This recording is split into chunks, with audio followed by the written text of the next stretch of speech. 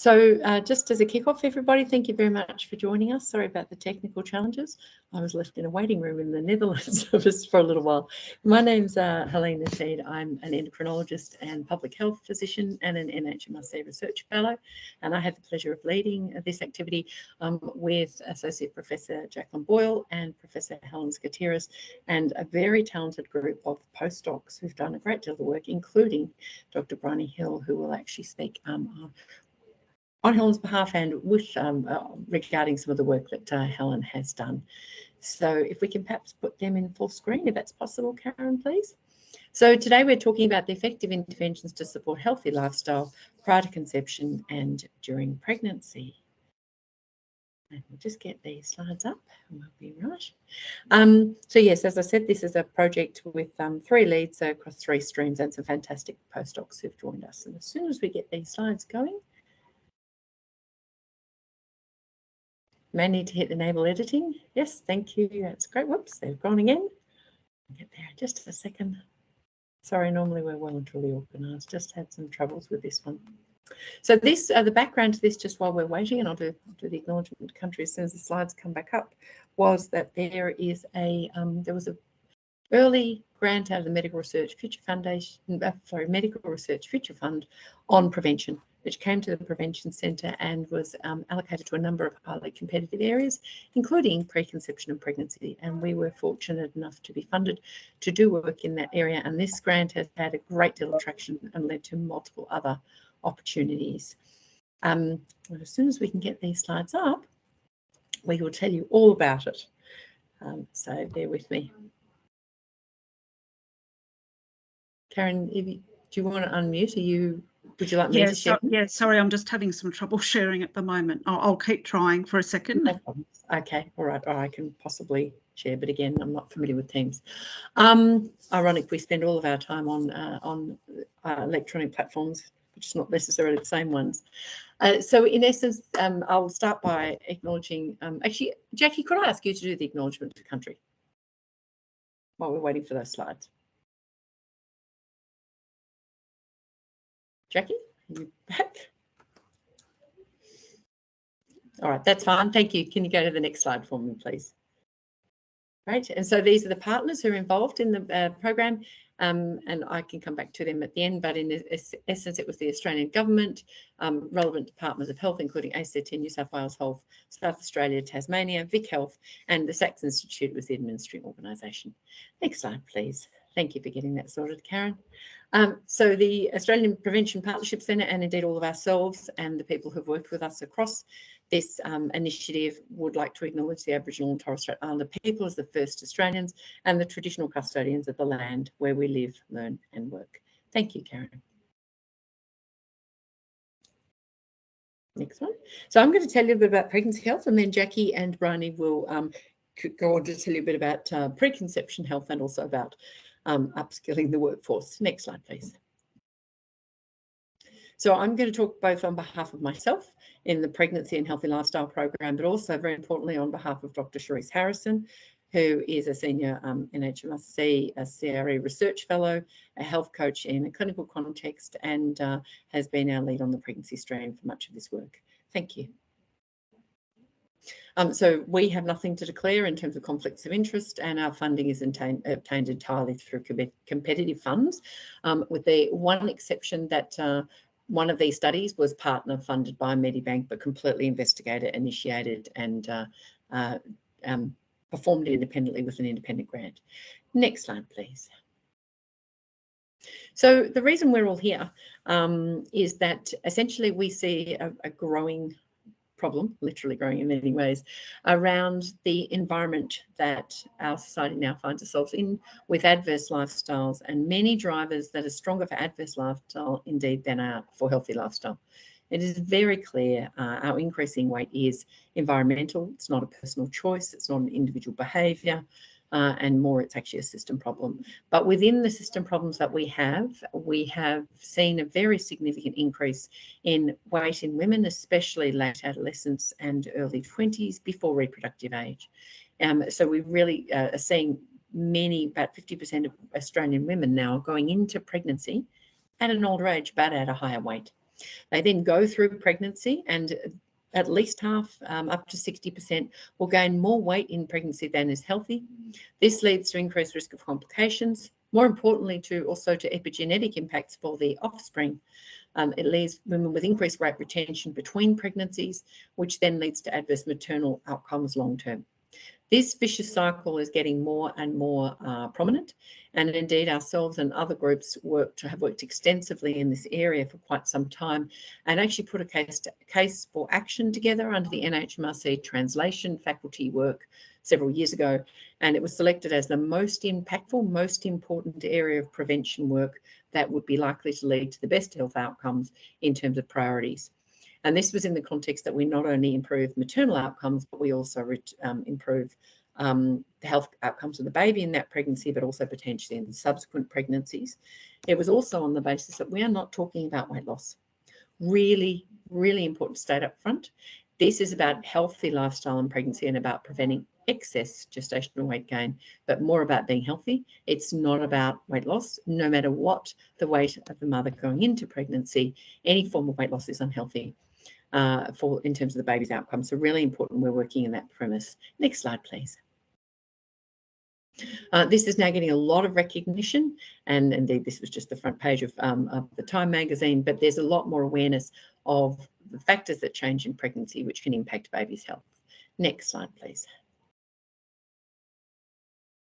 And again, yes. So the prevention opportunities we work in across the group, and Jackie will talk very eloquently about preconception health shortly, but obviously there's opportunities in preconception health. That group of women are often very difficult to actually find, target and engage, but are very important. Within pregnancy, the women are, if you like, a captive audience that are reaching out for support and are provided with care. The majority of Australian women will see a health provider up to 9 times during their pregnancy, and they're very engaged and motivated to be as healthy as they can. So that opportunity is an opportune time to intervene. As I mentioned, there's the opportunity to prevent excess gestational weight gain, but also adverse outcomes, and then adverse long-term maternal and child health outcomes. Next slide, please. So our group have done extensive work in this area across our previous colleague, Dr. Kate Lombard, and then across Dr. Cherise Harrison, who's been working with me in this area for a very long time. The target groups we've worked in are young adults and women preconception, women in pregnancy, mothers and women postpartum, and right up to menopause. So our focus has been on reproductive age women. We've worked in local governments, communities, schools, kindergartens, by remote delivery, in primary care, ambulatory care in hospitals, and more recently the work that Helen and her colleagues have done in workplaces. Over that, we've worked with thousands of women in small rural towns, through to people across South Asia, through to people internationally and all across Australia, and have demonstrated efficacy of support lifestyle programs in women throughout these ages in all of these different settings.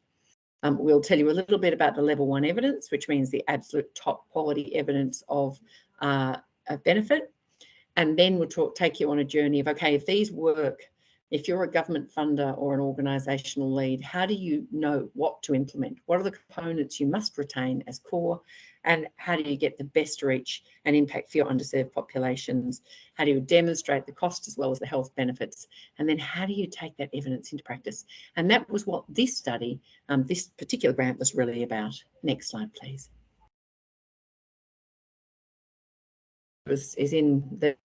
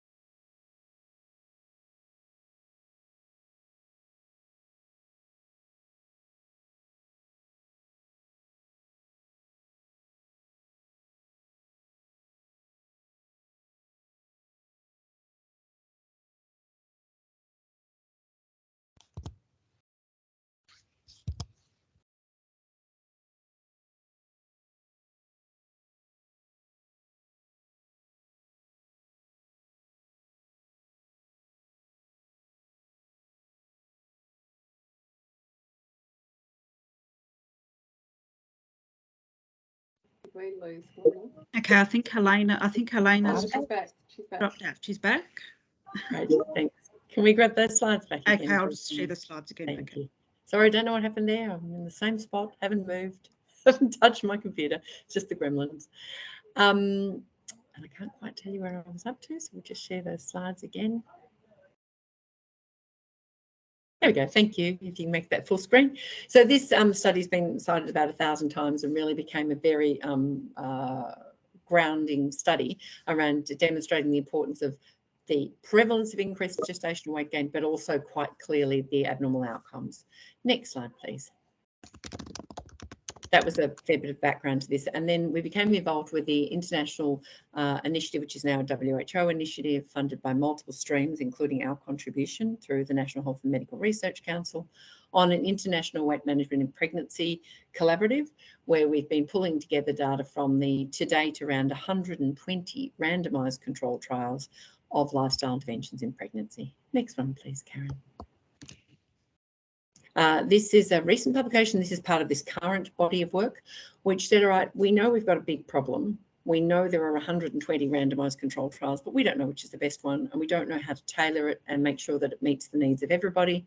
We don't know which bits we must keep and which bits we can adapt to our community and context, from low socioeconomic or low and middle income countries through to rural towns in Australia, through to different populations. So how do we go about doing that? And that was really the main question of this particular stream of the project. So this is a recent publication in JAMA Internal Medicine, a very high impact international journal. And again, I want to acknowledge the work of Cherise Harrison and others in this, where essentially we were able to show that of a very large number of studies, with, in this case, about 25,000 women, and indeed we've updated this recently to about 30,000 women, women gained less gestational weight gain over their pregnancy. Now, a lot of people say, well, you've done an intervention, there's only a 1 to 2 kilogram difference. You can see here the diet was about a 2.6 kilogram difference. But the point is what it is a percentage of pregnancy weight gain. So diet, for example, reduced the weight gain in pregnancy by 22%. Which made a very significant impact in terms of excess gestational weight gain. Overall, it was around 10%, and physical activity had significant benefits, but not so much impact on weight. So we were able to pull out individual impacts of different types of interventions. Next slide, please. So does it matter if we can actually help support women in pregnancy? Thank you. Does it make a difference besides reducing excess gestational weight gain, having women not have that retention postpartum? Does it make a difference to mum and baby? And these are just some of the results in that fairly complex analysis. If we look at gestational diabetes here, 47 studies looking at 13,000 women, you'll see that there is a 36% reduction. I'm going to say that another time. 36% reduction in gestational diabetes in pregnancy. Hypertension, 28% reduction in hypertension, hypertensive disorders in pregnancy, with just supporting women to make healthy lifestyle changes during pregnancy. These are the impacts that we see. This, as you can imagine, has very significant benefits, not just for health of mum and baby, but actually for the community more broadly. So this is by different types of interventions. So you can see diet, physical activity, and then combined diet and physical activity. And we've got very detailed results from all of these, but you'll see that there's very significant prevention all the way across here and very significant percentage reduction in a range of adverse outcomes. Next slide, please. So does this actually make sense in a prevention setting? And I know many of you are very au fait with prevention and know that prevention is often a strong case to argue, but not necessarily around cost effectiveness. And so this is part of the cost effectiveness analysis. We also have a budget impact analysis that's gone on from this work. And you'll see that the majority of interventions, be they diet and exercise pulled together or diet alone, are in this quadrant here, which makes them not only cost effective, but potentially cost saving.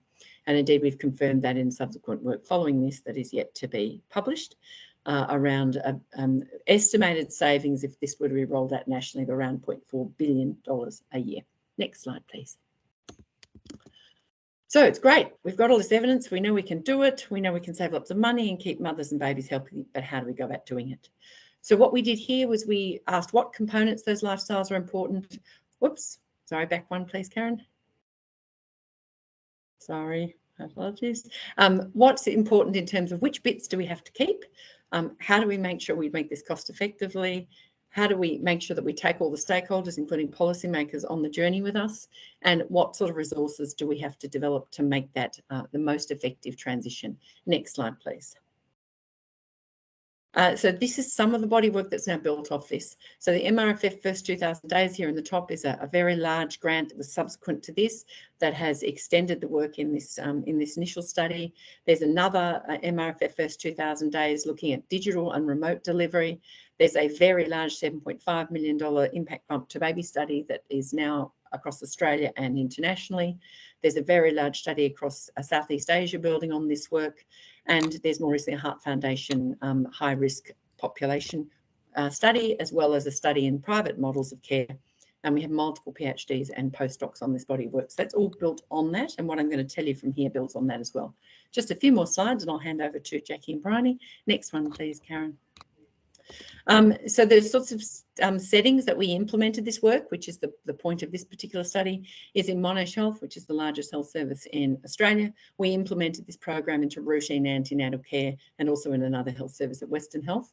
And the most important thing there is that we reached 97% of pregnant women in a low socioeconomic group, and 86% of them attended all of the sessions. It was highly acceptable to health professionals and women alike.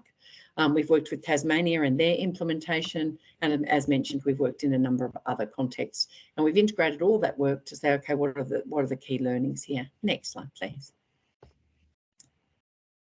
Next one. So this is some of the work that's come out of it. This is where we've taken all of that work and looked at the TIDIR, or the template for intervention, description and replication. What this is doing, next slide, is saying which bits of these lifestyle interventions, not just ours, but everybody's, is the most effective. We know the why, but what type? Is it diet, exercise? Is it coaching? Is it structured? Is it didactic? What type of resources actually work? Who has to deliver it? How much do they have to be trained? Can we do it remotely, or it has to be face-to-face? What setting we can do it in? How many sessions? The intensity, how we tailor it to the individual and the setting, and can we modify it? So these are the sorts of questions that need to be asked about all of the body of work, not just on one single intervention. Next slide, please. This work has just been submitted for publication. And oops, next one. And basically, I'll summarise the results of that in a moment. The other analysis we did in this study was to look at, okay, we've got these interventions, they work, they have healthy outcomes for mum and baby, they are cost effective, they can be implemented in real world settings. Do they reach the majority of women when they're implemented? And this is really important. There are many state governments, for example, who've invested in programs in pregnancy where women can use a phone hotline, or they can reach out to a service that's external to their healthcare organisation. And the uptake is very low. So the penetration or reach in the population might be 7 or 8%, and then you get your drop-offs, and your chance of making a public health impact is minimal. So how do we do this so we get the majority of women, especially the hard-to-reach women who need this the most? We went to those 117 trials, and generally almost nobody reports about how to do this well, and this has been the biggest gap in the evidence. We just don't know how to reach those really challenging populations and how to implement and get really good uptake. And so that's what that body of work I just explained, all those trials that are now going on are actually working on. But to date, this is the biggest gap in the literature, how to get it out into practice. Next slide, please. And the other area we did, this is a very complex analysis. All I'm trying to show here is that we looked at all of the different behavioural change strategies that can be used in these studies across those 120 studies, and again looked at the most effective of those. And we don't have time to go into them today, but we've got a very good map of that work, and it's been published. Next one, please, Karen. Nearly done. So essentially, interventions can be delivered individually or in groups. They can be face-to-face, but pretty much so far, the evidence is overwhelming that remote delivery is not effective, even though we would love it to be. What I can't tell you is whether that remote delivery includes phone coaching or Zoom coaching, but that is currently being trialled. What we do know is that just online resources and just written resources don't work. Importantly, just asking midwifery and obstetric staff to do this in routine care does not work. In fact, it sets the women up to fail, and it's really not appropriate or fair. Provision of self-monitoring tools helps, and we've developed some of those. But essentially, this needs to be a standalone intervention that actually supports women with a integration into routine care and most convenient to them. But that body of evidence around implementation of exactly how to get out to the high-reach population is really important. Next one, nearly done. The critical point we're up to now is working with all the stakeholders, and we've reached out to federal government about updating the guidelines based on this, and working with a range of policymakers, managers and groups to see how we can get this out into practice. Next one, please. I think we're nearly done. And the implementation toolkit is being developed. There's a prototype that's been developed out of this project, and all of those studies I mentioned before that are all the 8 implementation studies will feed into this toolkit that will enable state governments, federal government, organisation CEOs to decide what is best for them and how they do it and what it will cost them and the staffing requirement. So on the basis of that, I just want to thank the people who've been involved in this, and very quickly, if you can, next one, Karen, please, just to say that we're also working across all areas, including postpartum, and the last one. And just to acknowledge all the people involved in this work, who includes Associate Professor Jacqueline Boyle, who speak after this, but especially Cherise Harrison and some of our international collaborators. And it's been great to work with the Institute at the team at SACS and the Prevention Centre as well. So over to, I believe, Jackie, your slide next in this. Next. Thank you. Hi, thanks very much, Helena. I was a bit worried about my sound on my computer, so I'm currently on computer and my phone at the same time after my previous technological glitch. I would just like to acknowledge before I start that a lot of this work was done in collaboration with other people, particularly Dr. Ruth Walker, who is a teacher, dietitian and academic, and with a PhD student, Dr. Adina Lang, and a number of other colleagues at MICRI, including Lisa Moran and Cherise Harrison. Next slide, please. So in preconception health, Helena's just kind of outlined why this phase of life is important because of the both short and long-term impacts on women and on their future babies. Next slide, please. So I won't go into that. And the importance of that is being increasingly recognised in policy, so including the WHO Commission on Ending Childhood Obesity and the National Obesity Strategy for Australians. So both of those acknowledge the importance of those first 1,000 or 2,000 days, depending on which policies you're looking at. Next slide, thanks. It's difficult for a number of reasons. Like all health, it doesn't just depend on the individual and their knowledge, their ability to undertake behaviour change or their skills. It really depends on a whole lot of factors that are outlined there in that sort of socio-ecological model of health. Thanks. And the other thing that makes it tricky is that, a lot of those health behaviours and health risks will start at an early age and can take a long time to change or are better off being prevented. But how do you reach people then?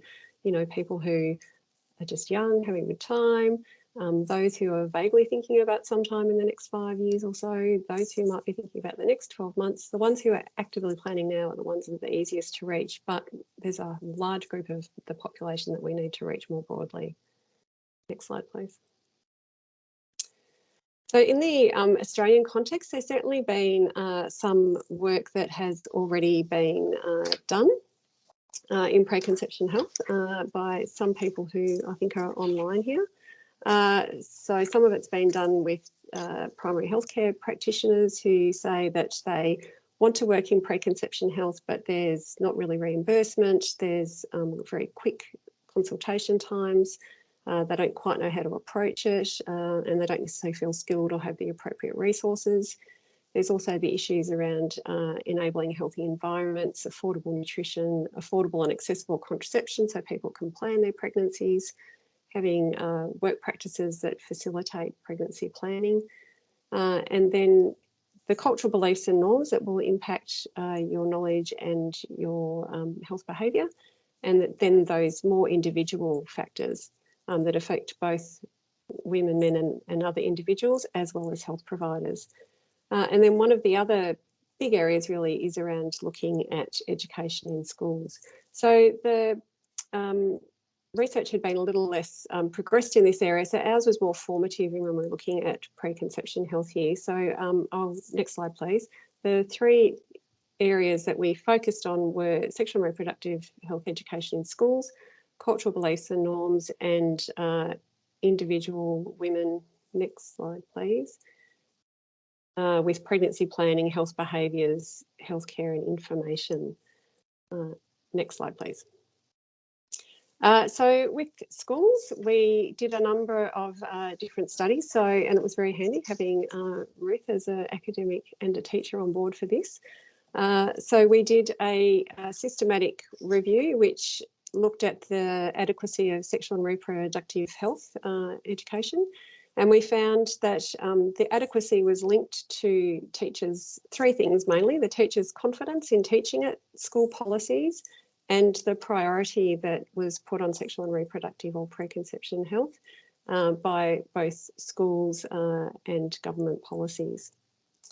We also did a mixed method study where we surveyed 189 teachers and did 16 interviews, and that came up with similar issues. Next slide, please. Came up with similar findings where everyone said that schools were an important place to learn about sexual and reproductive health and preconception health, that teachers mostly felt confident if they were given the appropriate training. So it was more problematic for, say, you know, the maths teacher who was pulled in to do the class at the last minute or for that term and didn't have adequate training. They said there was a lot of resources there, but what they needed was help to find the most relevant and evidence-based resources. There's a lot of education that does get scaffolded up to around year 10, but unless you take a specific health subject in year 11 and 12, then you really don't receive much in the way of sexual and reproductive health education. And that's just before students are going to be then, you know, loose out in the world and really need to know.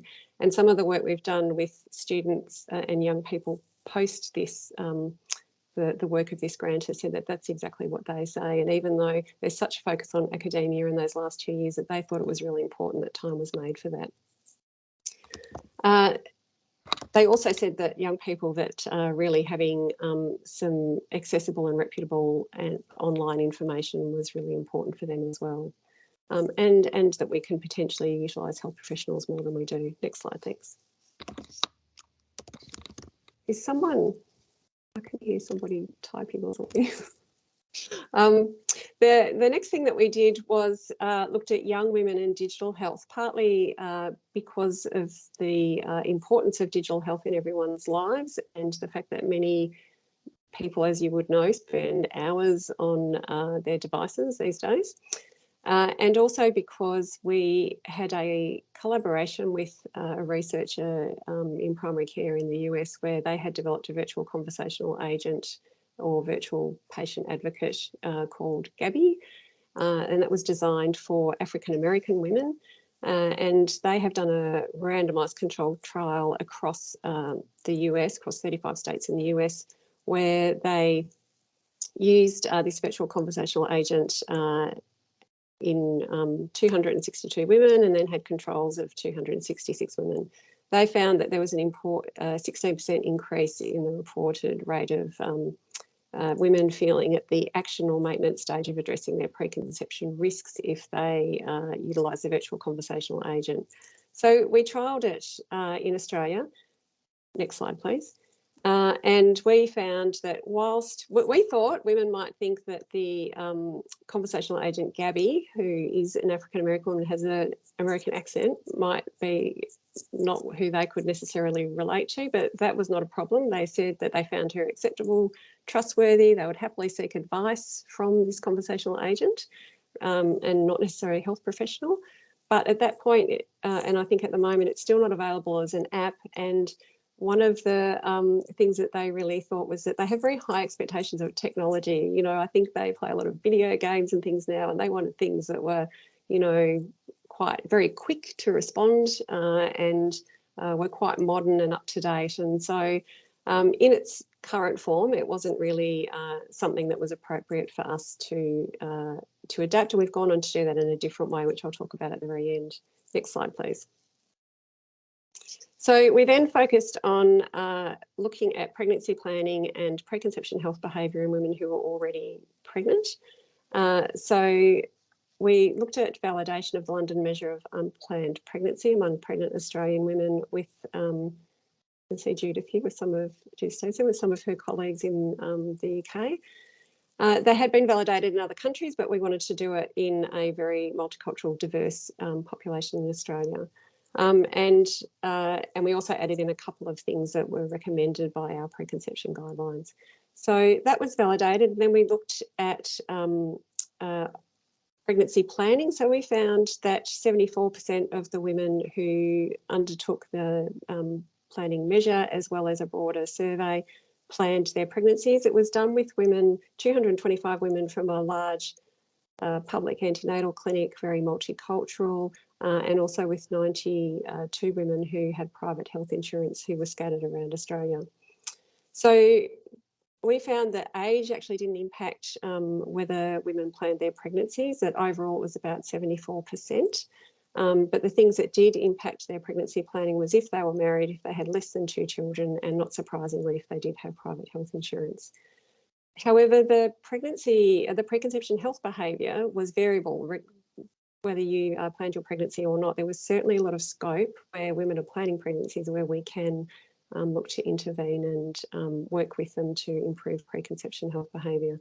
There were, in women who were planning pregnancy, we still had, there was still about 34% who had ever smoked who were continuing smoking, and 64% who were continuing to drink alcohol while they were planning a pregnancy.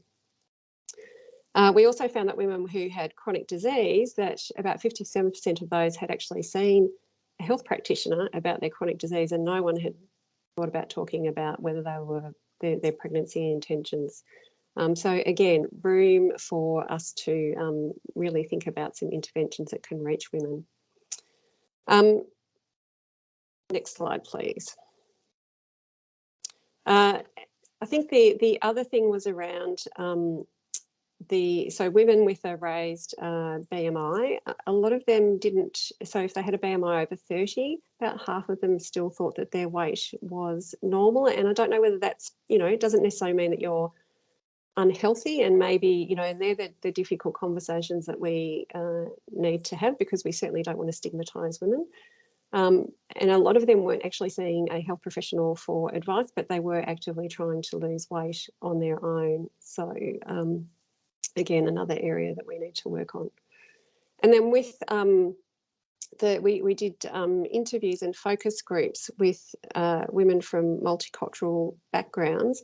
And with those women, we found that particularly women who had gone to school or lived overseas before coming to Australia, that there was a lot of lack of awareness around sexual and reproductive health generally, certainly around preconception health, that it wasn't something that was really talked about till they were married, and it was not necessarily acceptable to talk about it before they were married, that there were, you know, not unsurprisingly, cultural beliefs and expectations around certain health behaviours, and that social isolation actually was quite a big factor in their overall health. And certainly some of the work that we've done subsequently says that this is something that women in general want addressed, and they don't necessarily be told about how to behave and what's wrong with their health, but to have a holistic overall approach to their health, which really looks after their social and emotional wellbeing as well.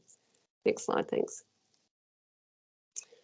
So expanding on some of the work that we've done with the Prevention Centre subsequently, we're now doing some co-design of virtual conversation agents, and really looking at where women look for information, and looking at how we can embed virtual conversation agents in those rather than having a standalone platform. We are, excuse me, We have been very inspired by the work that Judith Stevenson and Danielle Shannaker have done in the UK with the Preconception Health Network there. And we are doing a similar work here. So we have already set up a network around Australia. We've done some priority setting in preconception health. And our next body of work is to look at core indicators and monitoring mechanisms, so how we can do that using existing databases and identifying potentially ones that we need to look at developing more in the long term. And if anyone is interested in joining the Preconception Health Network, there's the email there. And shout out to Edwina Dorney, who I can see online, who's also been very pivotal in that, and Bryony as well. Thank you. Over to you, Bryony. And I think Helena's already thanked the Prevention Centre, but yes, again. Thank you, Jackie. I'm going to share my slides now.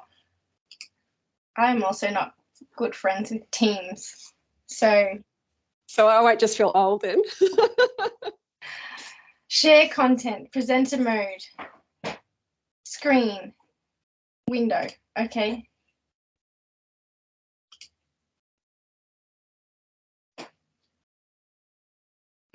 Okay, I think it's, uh-oh, what just happened? Looks good, Ryan. We can all see it. You're not a presenter mode, but otherwise it looks fantastic. And Oh, so it might be a bit bigger. rightio, I'll change it to presenter mode.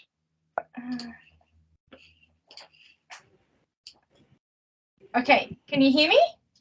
Beautiful, we can hear you. All disappeared, but great. So I'm going to talk about one of the streams of work from this package, which is developing a workplace online portal for women across the preconception, pregnancy and postpartum phases. And this work was conducted in collaboration with McKillop Family Services, a very large community service organisation. They have they do work across Australia. And we used intervention mapping to develop a workplace digital health intervention to promote healthy lifestyles and particularly support the well-being of women working at McKillop, particularly women across the preconception, pregnancy, postpartum phase, and in their transition back to work.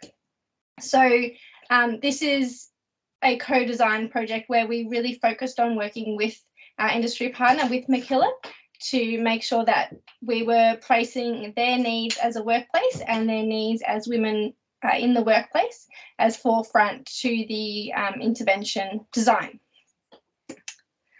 So I won't repeat what we all know, that weight during the preconception, pregnancy and postpartum phases are significant contributors to excess weight as women age, and there are associated complications throughout pregnancy and beyond for both the mother and child. So, but why are we targeting workplaces? So workplaces are a great way of reaching women who may not necessarily be otherwise engaged with the healthcare system. So about 70% of women of reproductive age are in the workplace. So that means that we can capture those women, for example, the preconception women who are not necessarily attending preconception care appointments, as well as there are benefits for businesses. So they're improving the well-being of staff in the workplace can have benefits such as reduced absenteeism, reduced presenteeism, financial gains, reduced turnover of staff. And so it can be a win-win situation, because if we are improving the health of women, we can improve their health and their offspring health, but we're also improving the benefits for the workplace.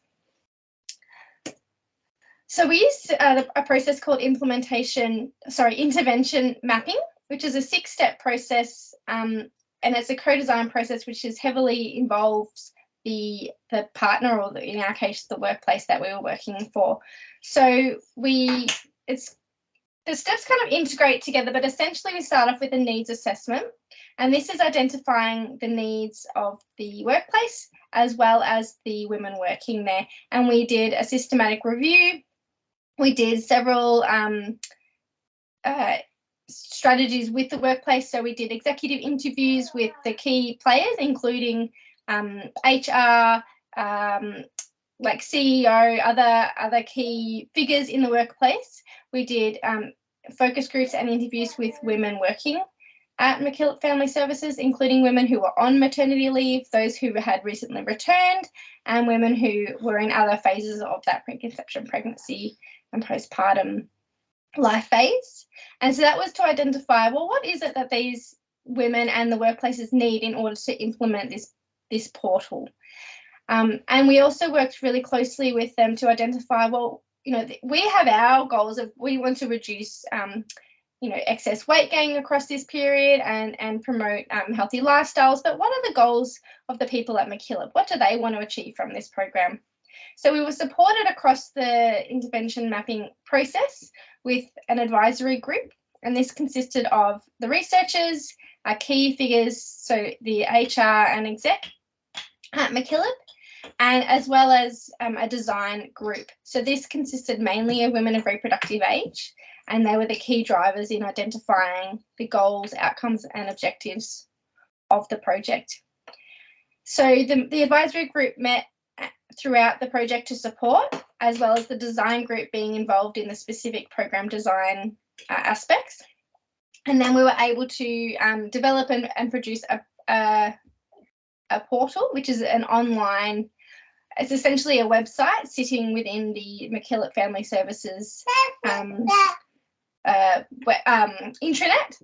And then we've implemented this portal and it's now live to the staff.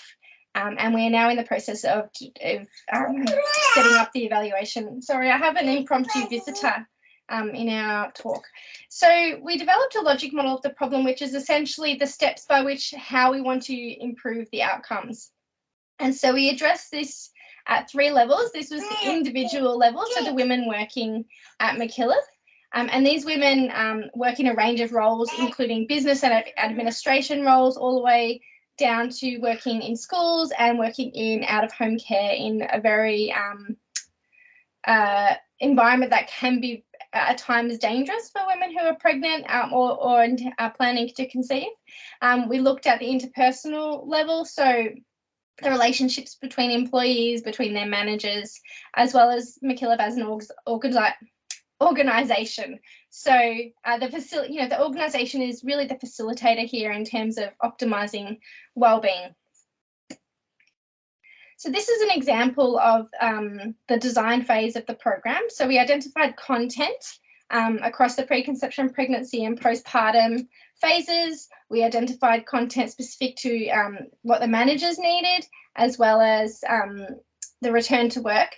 And one of the key things that came up was that the women didn't necessarily want a lot of information and additional knowledge on how to change their lifestyle behaviour. They felt pretty confident with that.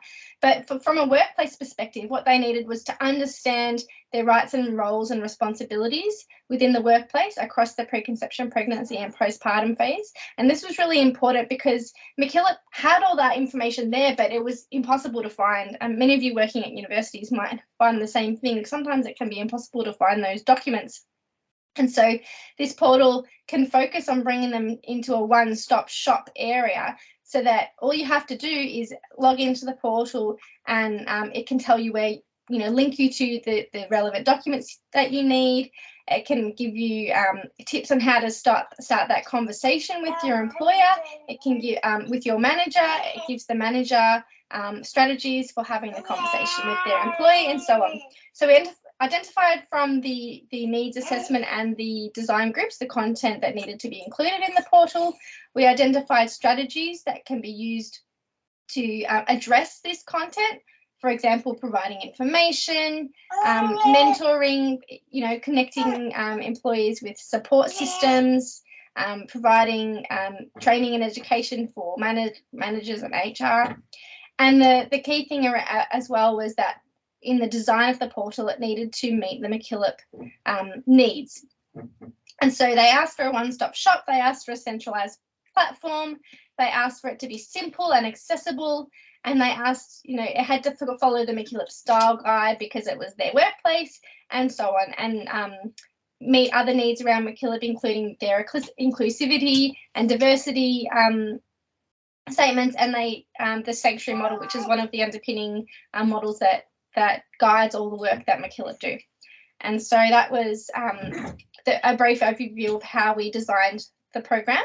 And that program was then put together by our champion, Donna Meachin from HR at MacKillop. And without Donna, this program really would have floundered. So she was our champion, and you know, we really need, I think working with workplaces and working with industry, you need someone to be, you know, waving the flag for the project. She really did this. She put in so much time and effort. She connected us with the executive. She connected us with staff. She was the conduit between us as researchers and the organisation. And she put together this website that now sits on the HR page in the intranet, and it's actually being moved to the front page, so it's available for every single staff member to see when they log into the HR service. And this is available to 1,400 staff Australia-wide. And what I didn't mention at the start was that 70% of the MacKillop workforce are women. So this is going to be, you know, extremely valuable to this workplace. And about 50 women any time are on maternity leave or in that transition period back to work. And so it's going to be a highly used resource. What else have we done? We've developed an implementation roadmap and a resource to guide similar projects. So we're sharing that knowledge. And then the portal was launched in March by Robin Miller, the CEO of MacKillop, and she put a beautiful video on the front page of the portal. So as I said, it's now accessible to 1,400 staff Australia-wide, 70% of which are women, and about 50 women any one time in that transition period. And we are in the evaluation stage now. So a big thank you to MacKillop Family Services for their industry partnership and for being, to our knowledge, the first workplace worldwide who have implemented a wellbeing portal for women that focused on the preconception, pregnancy and postpartum periods. And a big thank you to Helen Skatiras, who has supported this project unconditionally, and Shona Madden, who worked very closely with myself during this project. Thank you. And we have a lovely background noise here from a 1-year-old. So thank you. Yeah, I'll hand back to Helena and Jackie. And thank you, Bryony, especially with your impromptu doing of that at very short notice. So thank you, especially with your little one in the background. So thank you. So we're open for questions. If anybody would like to raise any questions, there's a few things in the chat. Only from Karen, who's been saying any questions are welcome.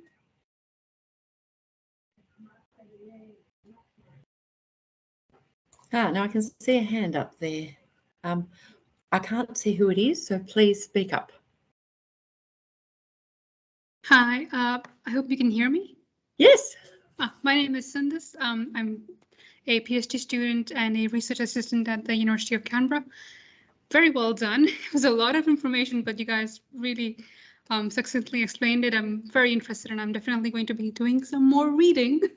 And it wasn't a surprise that this topic is coming from Monash University. It's brilliant. I did have one question regarding the target population. So when you considered pregnant women in different studies, was it women going through their first pregnancy or their subsequent pregnancies? And was there a distinguishment made between those two? Yes, definitely. So parity is a key driver here. Mums in their first pregnancy, especially if they don't receive any information about what's healthy in lifestyle pregnancy, that's where they put on the biggest increment in terms of weight. They just don't know. Many are eating for two. Many from a cultural background are asked to rest, which is actually not what we need women to do in pregnancy. Some cultures believe women should have ghee, for example, which is a really high caloric load additional intake. So there are lots of cultural factors, but there are also lots of it's a health literacy issue about what women don't know about healthy lifestyle and pregnancy. So the biggest increment in weight gain is in the first pregnancy. But what that often does is post that first pregnancy, it puts women into the higher weight category for the next pregnancy, which means that their weight gain in that pregnancy should actually be lower to stay in the healthy range. So they inevitably exceed that as well. So it ends up being a really a bit of a vicious cycle. And the reflection from women most of the time is, if I'd only known what was healthy, I could have, been much more engaged. And we don't judge at all what their weight is when they come into pregnancy. There's no point. We just talk about what is healthy for mum and baby during the pregnancy. And we talk much more about the lifestyle and just about monitoring a whole range of things as they go through that they're empowered to do something about. But I think the other thing I should say is that if you look at it, the women with cold backgrounds were most likely to find benefit from the program. And that partly is related to that health literacy, but they had the greatest weight gain, but also the most benefit, because this is very much a program that's meeting their needs. And there is an early career network, which Bryony has set up and leads. So I encourage you to get in touch with her if you want to read more and be involved.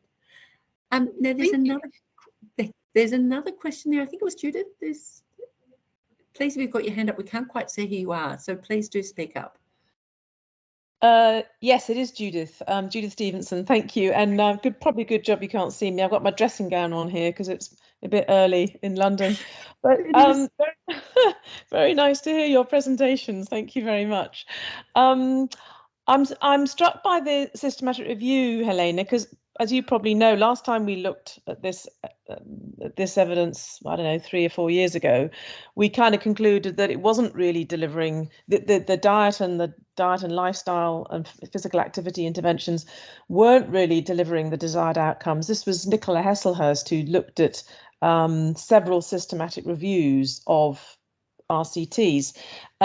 So our conclusion was kind of too little, too late. We need to look preconception. Now I'm sure you're obviously looking earnestly at preconception as well, but what's made the difference? Is it a bunch of new trials that have tipped that into the favourable kind of category?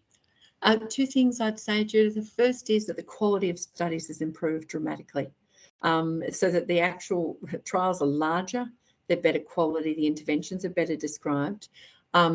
Likewise, therefore, the data that they collected was more harmonious, and we were more able to analyse for all of those factors that we needed to address and correct, but also just the sheer number. When you actually look now at the numbers of trials, it now is so much bigger. I would still say that I don't think there's any other word for it, Judith, other than a dog's breakfast, which is the literature around gestational diabetes, because it's so differently diagnosed and so differently managed. True. But yeah. Even if you pick up particular diagnostic criteria, it's now very, very clear there's a benefit. And there's not only our systematic review, there's also one that has not been published, which was used to inform the Australian guidelines, which took just a smaller subset of studies with a particular criteria. And there's also another one in JAMA, probably weeks before ours, by the US Prevention Task Force, that again was slightly more selective in the studies that looked at. We've all come to the same conclusion. It really is quite conclusive now. Yeah, well, that's very good news. And you were looking at pregnancy outcomes and also infant outcomes, or just the newborns, or just the pregnancies? No, both. There was a reduction in neonatal intensive care admission by about 10 or 12%, which you can imagine has a very substantive impact on cost. But of course, the challenge with NICU outcomes is in many places they don't separate special care and neonatal intensive care very well. So the granularity in that data was still working through. But there was a reduction in that, and from memory, there was a reduction in large for gestational age. I can't tell you off the top of my head whether macrosomia was significantly different, but definitely improvement. But it was primarily in the maternal outcomes and the high-risk pregnancies. Good. Well, that's very good news. Thank you for that. I'll look up the papers properly. Thank you. Great. Thanks. And thanks for joining us early in the morning. I'll be with you next week. I'm coming to the UK. All right. Great. Any other questions? I can't actually say it. Jackie, whether you want to make any comments in response to the questions in terms of pregnancy? Oh, no, I just answered Jenna's question in the chat. Great. Thank you. All right, look, on that basis, Karen, just noting time, Please feel, first of all, anyone interested for themselves or other early careers, please reach out to Bryony. She's done an exceptional job of developing a network, which is now international. So please reach out. Anybody else, please give us a call. As you can see, this project's really spurned a great deal of other work. And we're now actually, I should have said, Judith, we're working with groups in the NHS and also in the US, as well as in Australia, for implementation of this work. So very exciting. Watch the space. Thank you for the Prevention Centre for the opportunity. Thanks.